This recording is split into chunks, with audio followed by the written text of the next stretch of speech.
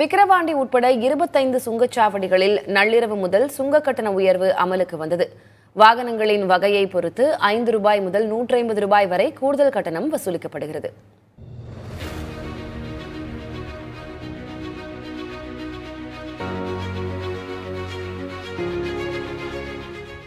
தமிழகத்தில் தேசிய நெடுஞ்சாலைகளில் 67 இடங்களில் சுங்கச்சாவடிகள் உள்ளன. இங்கு ஒவ்வொரு ஆண்டும் சுங்க கட்டணத்தை உயர்த்திக் கொள்ள அனுமதி வழங்கப்பட்டுள்ளது. அதன்படி 36 சுங்கச்சாவடிகளில் மக்களவைத் தேர்தலுக்கு பின்பு ஜூன் 1 முதல் கட்டண உயர்வு நடைமுறைக்கு வந்தது. இதைத் தொடர்ந்து தற்போது 25 சுங்கச்சாவடிகளில் நள்ளிரவு முதல் கட்டண உயர்வு அமலுக்கு வந்தது. விக்கிரவாண்டி, கொடைரோடு, மேட்டுப்பட்டி, மணவாசி, செங்குறிச்சி, திருமாந்துறை, மொரட்டாண்டி உள்ளிட்ட சுங்கச்சாவடிகளில் வாகனங்களின் வகையை பொறுத்து ஒரு பயணத்திற்கான கட்டணம் ரூபாய் 5 முதல் ரூபாய் 150 வரை அதிகரிக்கப்பட்டுள்ளது. அனைத்து வகை வாகனங்களுக்கும் சுங்கச்சாவடிகளில் 5 முதல் 7 விழுக்காடு வரை கட்டண உயர்வு இருக்கும்.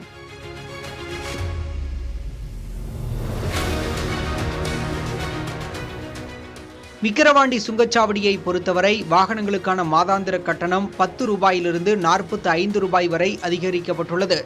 மாதாந்திர சுங்க கட்டணம் கார்களுக்கு 3090 ரூபாயிலிருந்து 3100 ரூபாயாகவும், சிறிய ரக கனரக வாகனங்களுக்கு 5405 ரூபாயிலிருந்து 5420 ரூபாயாகவும், கனரக லாரி பேருந்துகளுக்கு 10815 ரூபாயிலிருந்து 10845 ரூபாயாகவும், ட்ரக்குகளுக்கு 17380 ரூபாயிலிருந்து 17425 ரூபாயாக உயர்த்தப்படுவதாகவும் அறிவிக்கப்பட்டுள்ளது. அதே நேரம் தினசரி ஒருமுறை பயணிக்கும் வாகனங்களுக்கான கட்டணத்தில் மாற்றம் இல்லை. இதேபோல சென்னை திருச்சி நெடுஞ்சாலையில் உள்ள செங்குறிச்சி, திருமாந்துறை சுங்கச்சாவடிகளில் கார், வேன், லாரி, பேருந்து உட்பட அனைத்து வகை வாகனங்களுக்கான சுங்க கட்டணம் 5 ரூபாய் முதல் 25 ரூபாய் வரை உயர்த்தப்பட்டுள்ளது. சுங்க கட்டணம் உயர்த்தப்படுவதால் அத்தியாவசிய பொருட்களின் விலை உயரும் அபாயம் இருப்பதாகவும், எனவே சுங்க கட்டண உயர்வை மத்திய அரசு திரும்ப பெற வேண்டும் எனவும் திருமாவளவன், கே. பாலகிருஷ்ணன், வேல்முருகன் உள்ளிட்ட தலைவர்கள் ஏற்கனவே வலியுறுத்தியிருந்தனர்.